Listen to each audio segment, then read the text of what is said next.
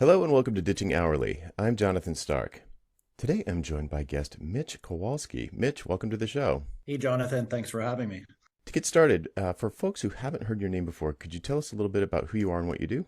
Sure. Well, I've been a lawyer for about 30 years, in-house at large firms, small firms, on my own. I do a lot of writing and thinking and speaking on innovation in legal services and how lawyers can do things much better for their clients. And so that leads into the hourly billing discussion. Right. So I posted a sort of anti-timesheet thread on Twitter that you chimed in on, and we had never met before, but I saw the word legal in your bio, and I was very excited to talk to you because legal seems like, as far as I can tell from the history, it's the source, the origin of hourly billing and professional services, and it seems to have taken root like no other in that particular profession. So let's start here. You'll have to remind me the title of the book, but it's like the Innovating Legal Services book. What's that called?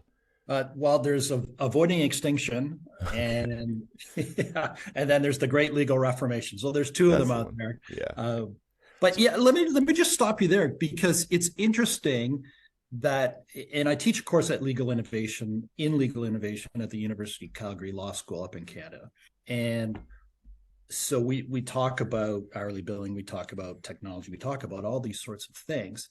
But the thing that I always drop on the students is the fact that hourly billing in the legal profession is not as old as people think.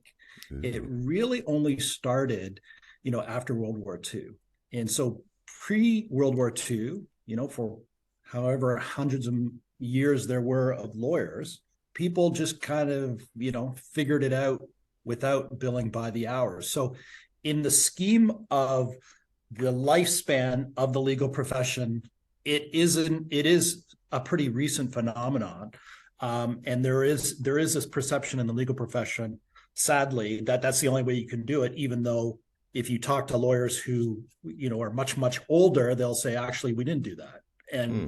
interestingly enough, I was speaking at a conference several years ago where one of those lawyers was the audience. Says, yeah, when I first started at this firm, in 1955 or whenever, we didn't, we switched to hourly billing later, but we actually just billed our clients based on what we thought, the file was worth. And we Hmm. had a discussion on it. So I mean, I just throw that out there because, there is this perception out there that it's been around forever, and it really hasn't. That's good to know. I've read a perhaps apocryphal story on the internet where sometimes it's not true what you find on the internet, that clearly indicated that it was more like 30s era and that there was some kind of almost like regulation around that lawyers had to do it. So it was sort of like fairness or transparency in pricing. Maybe this is all made up, but I did read it. But so maybe you could what was the genesis of it in the 50s or whenever? Well, the materials that I've found really is that the legal profession wasn't what it's thought of today. I mean, it was a good profession. You made decent money. You didn't make insane money. You didn't make the kind of money that a lot of people are making now. And there was a perception that lawyers were losing money because they weren't following a time-based billing type of system. Hmm. And so there's an article, uh, and it escapes me now, but it was in after World War II where they were comparing professions and saying, lawyers, you're losing out. You should be going to an hourly billing system. And so as a result of that, it really sort of caught fire. And people started using it, 50s, 60s, and then it went crazy after that. So Huh. I mean, there may have been firms using it, pre World War II. I don't think it was as widespread, certainly as it is today. Hmm. And again, that's what my research is found. So it's not Okay. too far off from what you were saying. Hmm. Whether there is a requirement for it, I think is completely false. I mean, that may be an argument in favor of it, saying that that it is transparent, but Jonathan, we all know that hourly billing is not accurate, number one, Yeah, and prone to all sorts of problems. So it's that's kind of a hard argument to make these days. I know. So I think to the someone who's not familiar with it, or maybe when it was the innovation in pricing, so if you even want to call it pricing, I don't think it is, but and and you could sort of plenty of people have made the argument to me that anything other than hourly billing is not fair because you to the client because you are charging each client differently for the same amount of your time. And there and that's to me that's nonsensical because the it's not transparent at all because you don't know how long it's going to take. So okay, so it's $100 an hour. Great, total transparency, right? Even if the hourly, even if the timesheets were correct and not lie sheets, then you have not given the buyer a price. It's like saying shingles cost 75 cents each. Now I've given you a price for a roof. Yeah, exactly. It doesn't make And sense. yeah, it doesn't make it is a very odd way to look at the world, because everything we purchase, we know how much it's going to cost. When I go to a restaurant, I know how much it's going to cost. When I, go buy a car, I know how much I'm going to cost. I don't get charged saying, okay, I want to buy a car, and it's going to take 40 guys, and their hourly rates are this, and the prices of the parts are this, and we'll sort of, it'll get built whenever it gets built, and Hmm. then you'll pay whatever that price is. There's, the car business would go out of business Yeah. pretty quickly. There's a great video of a guy walking into a sandwich shop and saying, "Oh, how much for a pulled pork sandwich and fries?" And they say, $60 an hour." Like, thanks. Yeah. How That's long does well, brilliant. how long does it usually take? Well, usually it takes about 10 minutes, but remember that one time, Bob? It took like 2 hours. It's Yeah, crazy. it is. I mean, I guess just to go back to um, incentives, and whether it's fair or not. I mean, Hmm. I guess it's fair in the sense that if the clients, if I give you a number, it's $1,000, you agree it's $1,000. What's unfair about that, right? I Hmm. mean, we've all agreed. You could say no. Right. We could haggle about it. We could do whatever, but at least we've all agreed what it is, and we're not going to have a fight about it later on. Whereas, when you bill by the hour, you're probably going to have a fight if things go off the track at the end. People are going to say, wow, I really wasn't expecting it to be 15K. Right. And if Yeah. you would have told me it was 15K on day one, I would have said goodbye. Right. And so, the incentives are so perverse, Right. right? I mean, from a client's perspective, I want to know what the price is, or at least I want to know a ballpark of it. Hmm. And I want to know that you're actually working towards that. And, I've dealt with outside counsel because I've done general counsel work and stuff. And I always remember this one file I had from this firm that I will obviously never use again as external counsel, who we asked for a quote on a file, and they said, well, we can't give you a quote, we can give you an estimate. And of course, we're not bound by the estimate. And of course, the Hmm. estimate was just, an interesting marker on the journey that they said, oh yeah, I know that's what we estimated, but it didn't cost that, so too bad for you. It's like, Right. so it is so perverse to have a service uh, a service supplier who is incentivized to spend as much time as possible and go down as many rabbit holes as possible, um, and say that they're actually acting for the best interest of the clients, when the client says, hey, I just want a solution that I can live with, and I want to know how much it costs. Right. So, the non-alignment drives me a little bit crazy. And it is, I struggle when I deal with lawyers who don't understand that, because I just think it's pretty obvious, but it's obviously not in their interest to understand that. So Yeah. there So you what go. I was that was my next question, which is probably of any industry, legal is the one that is. I think the expectation is the highest that it's going to be an hourly type of engagement. Perhaps, maybe not, but it's right up there. So I would imagine that most new lawyers or law students are just assuming that's what they're going to do before, like that's probably, I imagine it's not even a question in their mind. It's just like, oh, I hope my hourly rate starts out at whatever a good hourly rate for a X. lawyer is. Yeah. And so how do you, in your class, how do you disabuse them of the notion that that is anything but a collective hallucination or bad for the client or bad for them? Is there a way that you describe it that makes it land for them? Well, we run through the conflicting incentives, and some light bulbs go off on that and say, oh yeah, but then of course they fall back to the fact that, well, we're lawyers and we're special, and that's just the way it is. I think what triggers it more is where for those law students who are interested in access to justice, and the high cost of legal services is nothing new, but it seems to be resonating more and more with students these days. Mm-hmm. And so there are a certain group of students who are looking to provide services to the greatest amount of people at a cost that's affordable. Mm-hmm. But I think what triggers for other people is the fact that when I say, okay, let me give you this scenario, and this is a real life scenario that happened. I wasn't involved with this. These is our law firms in the UK who were telling me this story when I was in the UK, and they said, look, we had this client who came to us on a Friday night for their IPO that was going live on Monday. Mm. And Friday night, some weird thing came up that had to get resolved. Otherwise, the IPO would have been pushed off or canceled, right? Mm-hmm. Which is not what, nobody wants that to happen, right? The cost of that is, millions and millions and millions of dollars to change these things. And so they gave it to their law firm and said, look, what can we do about this? And so the law firm worked all weekend long and sorted out the issue, and the IPO went ahead on Monday.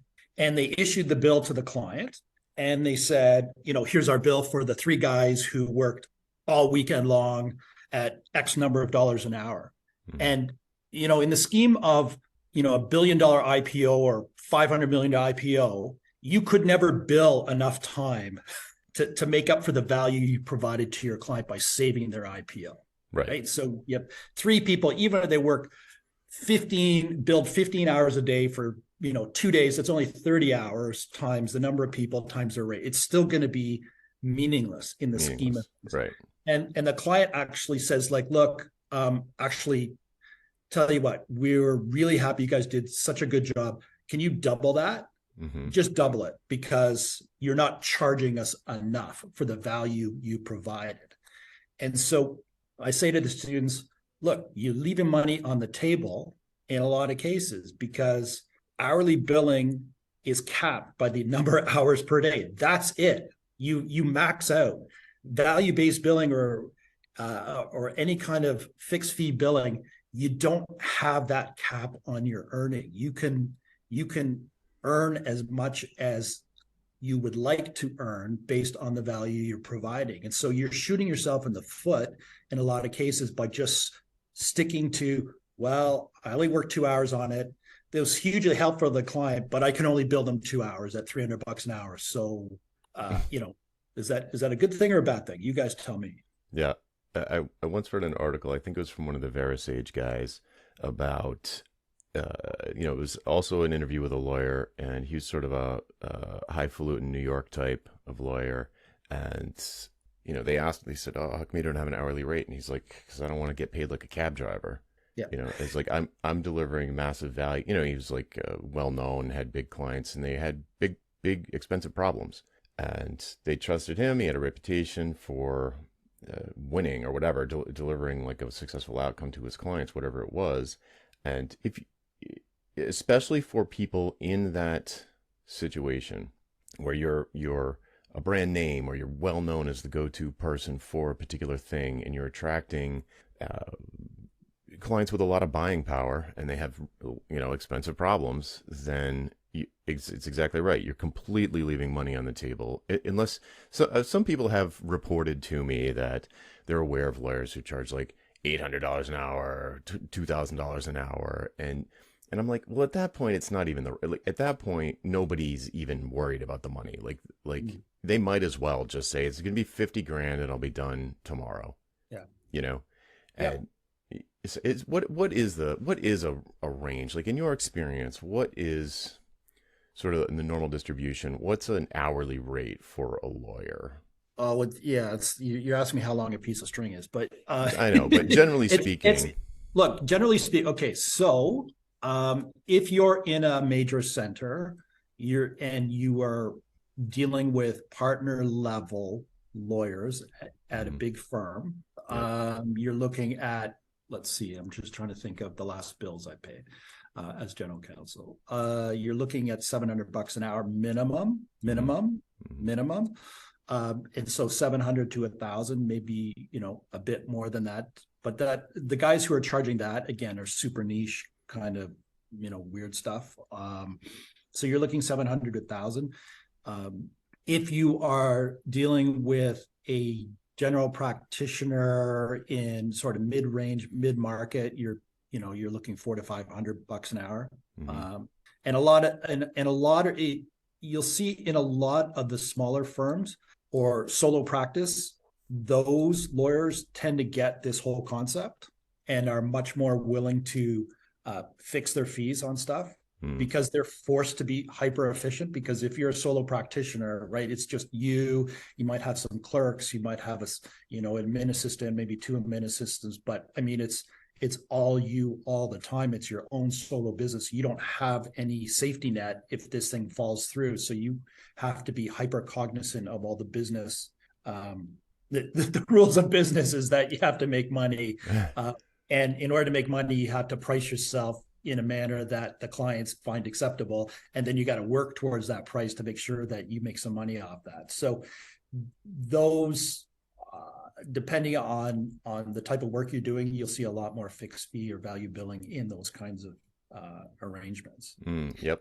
In fact, I think the last couple lawyers I've had on the show did a couple of interesting different styles. One was a soloist and had just like a menu of prices for. He was Yep. specifically in like IP law, um, but one thing that has come up when I have talked to lawyers before is what do you recommend in terms of a pricing model for someone who, and correct my terminology because it basically is limited to my experience of watching CSI, but someone who's like on a trial and they really, how much control or how much control over the duration do they have, or how much, and if they don't have control, how well can they estimate their time commitment so that if they do give a fixed fee and it is accepted, they don't end up working 10 times more than they expected? Right. So, I mean, it's a lot harder when you're earlier in career because you're fresh, you're new, you don't really know how things work. You don't think you haven't seen how things typically play out. Whereas when you're much more experienced, you go, yeah, I know exactly how this is going to go. Hmm And I've dealt with these guys before, so I know exactly how this is going to play out. But the short answer is that for a lot of things, you don't necessarily price. So I'll do everything for X. You break it into chunks and you say, okay, so if you want me to litigate this matter, happy to do so. So the cost of a statement of claim is X, hmm right? And then they will respond. And then if I have to do the next step is Y. And then if we have to do some motions, bring some motions on each motion is, Z. And so on. Like you break it into chunks. You never in an undetermined kind of fuzzy area where you don't have a lot of control. You break it into chunks and every step is priced accordingly. And hmm then, and a lot of times you'll just say, okay, how I don't know how many, maybe we don't have to bring any motions, but I'm just telling you right now, if we have to bring a motion to compel something, um, we'll talk about it at that time hmm because we'll all have full information as what's going to happen. All I can tell you is that chunk. If my rate is $1,000 a day in trial or 5,000 a day, so hopefully it's not more than 3 days. Typically, this matter is 3 to 5 days, and but it is chunks. And then you have change orders. in the event that something goes totally awry, and you can say, well, look, my pricing for this chunk was based on these parameters. This totally crazy thing happened, so we all agreed that we would reassess it at that time. Like when you're building a house, right? Hmm. And you find out that there's contamination in the ground. The builder doesn't charge you the same price. The builder says, hey, dude, like cost of remediating this land is crazy. So guess what? That's a change order. That's something we have to change. Or it turns out that the earth is not going to support this kind of a structure. And so therefore there has to be a change to that, et cetera, et cetera. So you just have to be a lot more thoughtful in a value billing type of scenario. And lawyers typically don't like to have to scope things out and think about how this will play out. It's a lot easier to just say, put your head down, put the clock on, and away I go. Right. It's easy. Right. Hourly billing is easy. Hourly billing is super easy, right? You don't have to think at all. Hmm. You don't have to strategize. You don't have to really do anything, right? Because it's Hmm. just like, it is what it is. Just pay me and trust me that somehow I was efficient, even though there's no way to determine if I was really efficient. And you're not financially incentivized to be efficient. No, I'm not financially incentivized to use, any tools that would help me do things better, faster, and cheaper. Like none. It's a Yeah. lot easier for me to just say, yeah, you know what? I could learn to use Microsoft Word a lot better and make things a lot, faster, but why? Yeah. Keyboard You're going to pay shortcuts. me Yeah. regardless. Yeah. It just simple tools. Like, and I'm not even talking about like crazy AI and the GPT chatbot thing. Mm-hmm. Like I'm not even talking about that. I'm just talking about basic, systems and being really, really good at the process and your technology for the benefit of your client. But there's zero incentive There's to no do incentive, that. right? Like, why would I learn the keyboard shortcuts, or why would I use Okay, dictation yeah. software? Like, Yeah. Why would I make sure that my precedent documents are like amazing and have are connected to a document automation system so that you know I type in the information once and it goes into 7 different documents. Why would I do that? I'm leaving money on the table if I do that. right? And it's a non-trivial. It can be a non-trivial investment depending on how fancy you want to get, Mm. to make yourself faster and therefore be penalized financially. It's just, Right. it, But yeah. going back to our value pricing, right? Like if what I don't know why lawyers don't get this connection, but if I was doing that kind of a system or that kind of work, and I would say, okay, I know what documents are involved, and I know the system will do this super fast, so that allows me to price. Now I can value price this, Right. right? Now I can say, okay, I know that doing a shareholders agreement, I can price it at $3,000 or Hmm. something because I know doing the first draft takes me 4 seconds. Right. So, okay. And I'm using that document over and over again. So, I'm making money off something that I spent a weekend on 5 years ago to perfect, Yep. but it's making money for me over and over and over again. Yeah, you But created an asset, you created yeah, leverage, and like that concept. I mean, I was an hourly biller, and I'm a recovering hourly biller, and I remember the first time when I left the firm I was at where we were billing by the hour, and I left to start my own thing and figure out how to not bill by the hour. Basically the same kind of firm, just solo and not billing by the hour. And almost instantly, it magically occurred to me to solve a client problem by buying another piece of software instead of building it. yeah. And I was like, it was like I almost blacked out. It was like I had an out of body experience. I was like, I never would have thought of that before. It wasn't like I was actively thinking, oh, I have to build everything by hand and I would never search around and try and solve this problem more. But I just never thought of it. Just never occurred to me. And then sure enough, as soon as I get paid more by working less, Yeah. all of a sudden, some part of my brain was like, hey, dude, there's got to be a plugin that does this. Has to be. Yeah. And and guess what? There was, There was right? magic. So the thing got done way faster for the client, which he liked. I had to work, way less than I expected to, and everybody was happy, right? Because he got the same outcome he wanted, and multiply that by 5 million software developers Mhm. who really should know better, and who most of Yeah, them exactly. love efficiency. They love writing a little shell script that does their job for them, their brains will not allow them to think of that stuff because it penalizes them financially if they're billing for their time and not their expertise or efficiency or efficacy. It's madness. It's amazing. Well, let's talk about mental health for a section because mental health is a hot topic in legal. Mm-hmm. It is the mental health of lawyers is horrible, right? Mm-hmm. I mean, the stats are you have normal regular people and then you have lawyers and then their suicide, their depression rates, their addiction rates are off the charts. Mm-hmm. And part of it, I mean, there's a lot of stress depending on which areas of law you're doing. Sure, totally get that. But there's also the stress of meeting your billing targets and just pounding hours, and then you get in this weird mindset where your focus is I gotta hit my 180 hours this month or 200 hours this month, and so your life is consumed by that takes when you're with your family, that's all you're thinking about is like, oh, you know spent 2 hours with my kid. That's 2 hours that I could have been billing. That's costing Mm-hmm. me money. Like Yeah. everything becomes, this is costing me money. Going to a movie is costing my money. Taking my wife out for dinner is costing me money. I could be billing this, Mm-hmm. vacation, forget about it. And it plays with your head, right? Oh yeah, And and totally.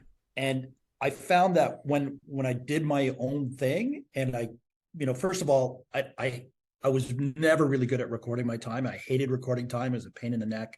And it wasn't terribly accurate. But once I went off on my own, just as you did, it's like, oh, first of all, my head is much better because, okay, now I don't worry about writing down my time and do this. So all I'm trying to do is do the work for the client at the price that we agreed. And, I'm happy with the price. So it takes whatever it takes. Obviously, I don't want to spend my whole life on a file, but the control that I have really improved my mental health significantly. Same thing happened to me.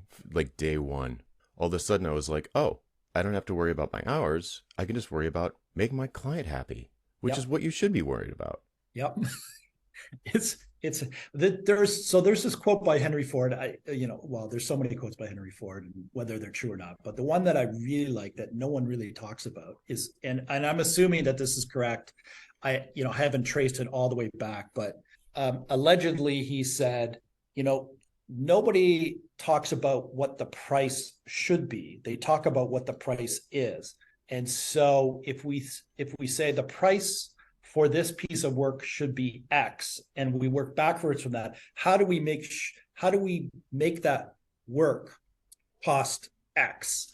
And what do I have to do to make it cost X in a manner that gives me some profit, right? And allegedly that's why he came up with the lines, right? Assembly lines is like, we need to make a car that people can afford, and we figured out that people can afford cars that cost $1,000. And so therefore, how do we make the car? How do we do it so that the car costs $1,000 and I still make money? Yep. Yeah, IKEA does the same thing. IKEA's designers are tasked like this. We need an end table that we can sell for $29. Yeah. Elon Musk thinks the same way. Whatever you think about Elon Musk, Yeah. he thinks the same way. It's like we need to collapse the prices of space travel by 10. It needs to collapse by 10x. So start with the price and work backwards, and all of a sudden you think, oh, we got to land these rockets. Like we can't throw the rocket away every time. It's like Yeah. throwing away a plane every time you use it. He's like, okay, Yeah. so how do we figure that out, right? And like no one, that was like science fiction.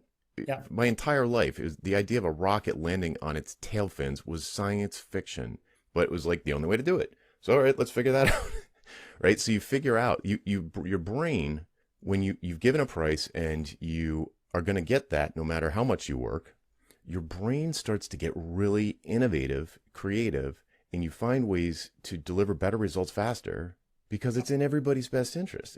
Like when the financial incentives are aligned, it's like magic. Magic happens. So let's, Exactly. yeah. So I know I'm jumping around. This is very exciting. What is your advice to students? So law students, they're not partner level New York high flying famous lawyer. You know, they're not Johnny Cochran or whatever. So Yeah. what's your advice to them in terms of pricing, or like how they should start out on a strong footing? You know, do you say, well, bill hourly at first, but you're going to transition off it after you're well known, or do you what's your advice to them in this pricing, like business Yeah. model regard? Okay. So if you're a law student and you're going into a big firm, you're kind of stuck, right? So what you should be doing is sucking every bit of knowledge and being very aware of how processes work, what how deals or transactions or trials work, so you have an understanding of the ecosystem and what is involved, so that when you leave that firm, then you have a good basis for saying, okay, now I'm a lot more comfortable in pricing matters because I have experience in how things actually work. I think it's really difficult to price anything if you don't understand all the pieces of the puzzle. And so you, unless you understand the pieces of the puzzle, you're done. So if you go and like solo, if you go into solo practice right out of school, I think it's really, really difficult. So what you're going to have to do is look at the marketplace around you and say, okay, who am I servicing? What's my actual market? I'm doing family law. Okay, good.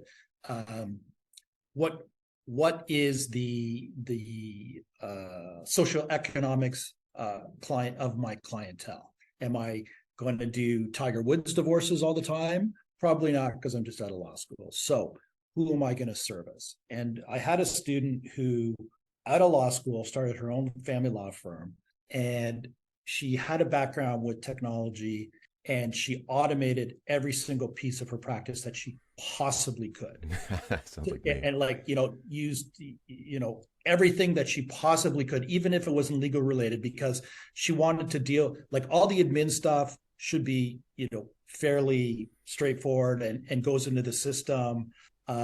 She didn't have an office. She met clients on their own terms wherever was most comfortable for them.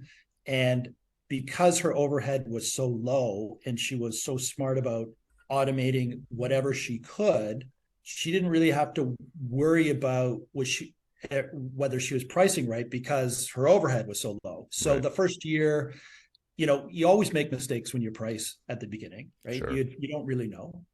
And she made some mistakes, but she also did okay. And now I think she's fourth year out, and now she's figured it all out. Mm, But again, her market is, she said, okay, I'm looking at the market that the law firms can't service because they're too bloody expensive. mm. So I'm looking at people who have money but don't want to pay $15,000 for a divorce. I'm looking at people who have 5K to spend on a divorce. That's my market. Hmm. So how do I get there? What do I have to do to attract people and to service people for only $5,000 for a divorce? Yep. I'm throwing those numbers out just, but it was that Henry Ford kind of approach, is knowing what market you want to serve, what they're willing to pay, and then build to that standard. Yeah, build a product that is going to have some profit that you can sell at that price. Yeah.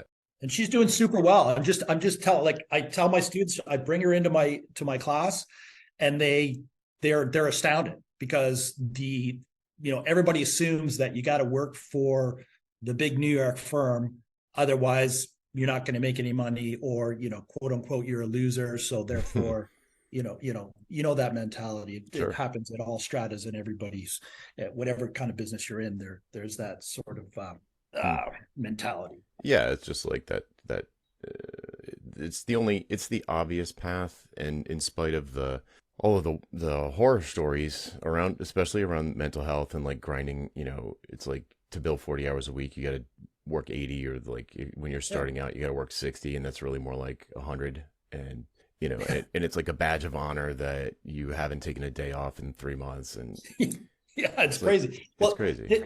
it's the other thing is that the students don't get, that we also work through, is like, okay, so let's assume you're a partner at a big firm, right? And you've quote unquote made it, you know. Um, and you have to bill so many hours, which translate out to a couple $1 million in billings. But guess what? You only get a percentage of that, right? So when you start doing the math, a lot of eyes start opening. You say, okay, so I have to bill 2 million to take home 500,000.